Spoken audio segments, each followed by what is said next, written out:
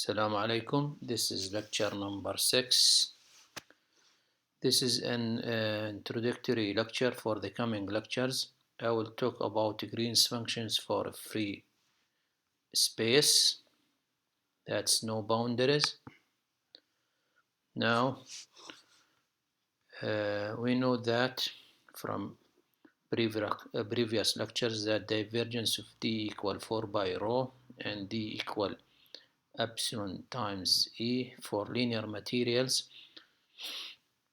And we have also curl E equals 0. That means we can get E from a potential phi. Now substitute in this, we get divergence of epsilon gradient phi equal minus 4 by rho.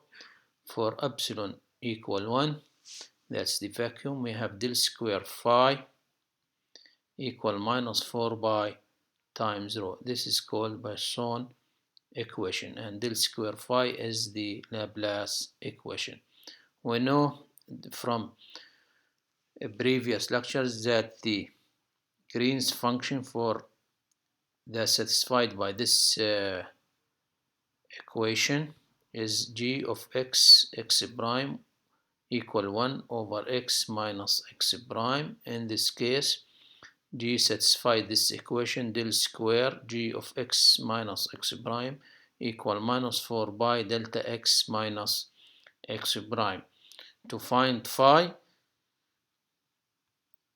we integrate over d3x prime g of x prime times rho of x prime. If we look carefully at this equation, we see that g of x prime is the potential at field point x arising from a unit point charge located at x prime. Therefore, x prime represents a source point while x represents a field point. Now we know that this expression for the Dirac delta function is given by this. Now let's take the gradient of the argument of the integral, which is ik e to ik dot r minus r prime, or x minus x prime, same meaning. Now second derivative, or the Laplacian, gives minus k e to ik dot x minus x prime.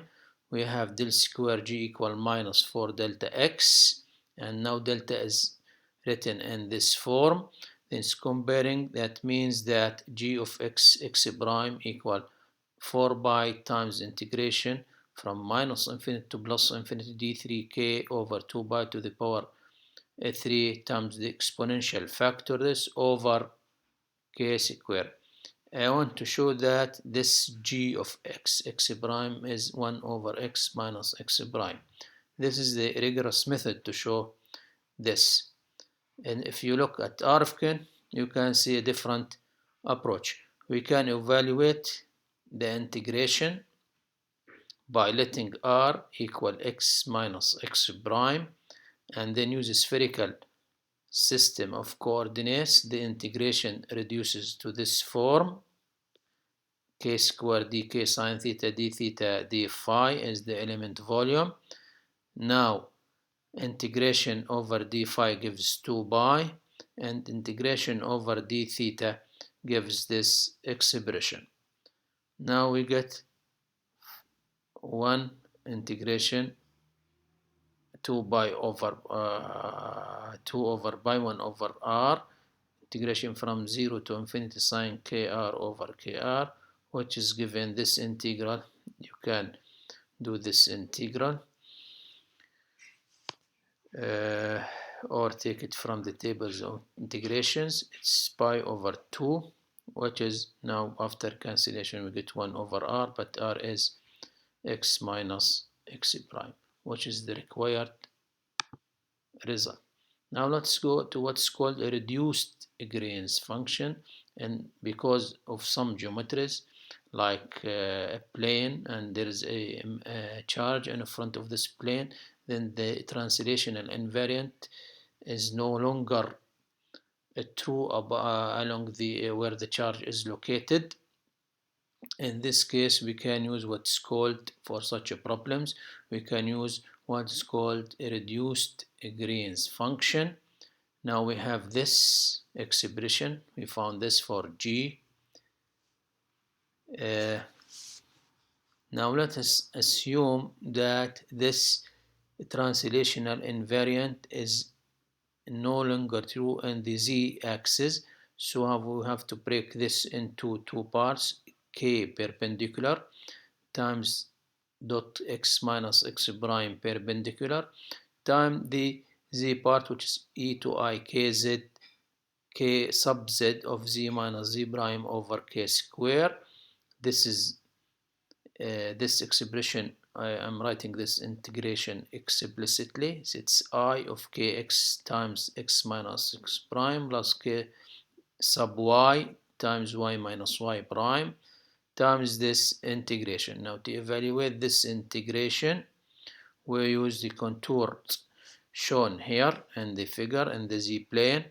The roots of the denominator is ik perpendicular and minus ik perpendicular.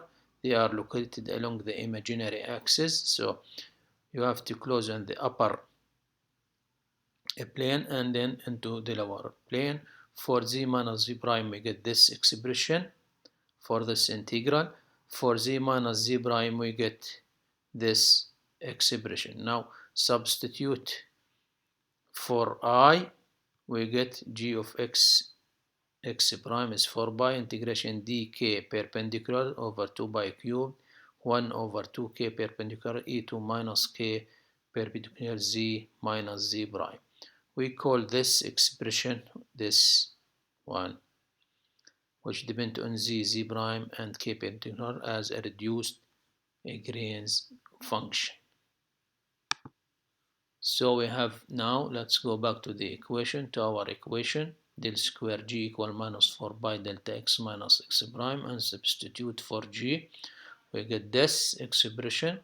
To derive the differential equation for gz prime, we have to take the del square of this thing and substitute it here and use the expression for Dirac delta function. Doing so, we get that k square perpendicular minus d2 by dz square times g is given by this. This is the differential equation satisfied by the reduced Green's function. Now, the solution for this equation is the exponentials plus or minus k perpendicular z, which is a to minus k perpendicular z, linear combination of both.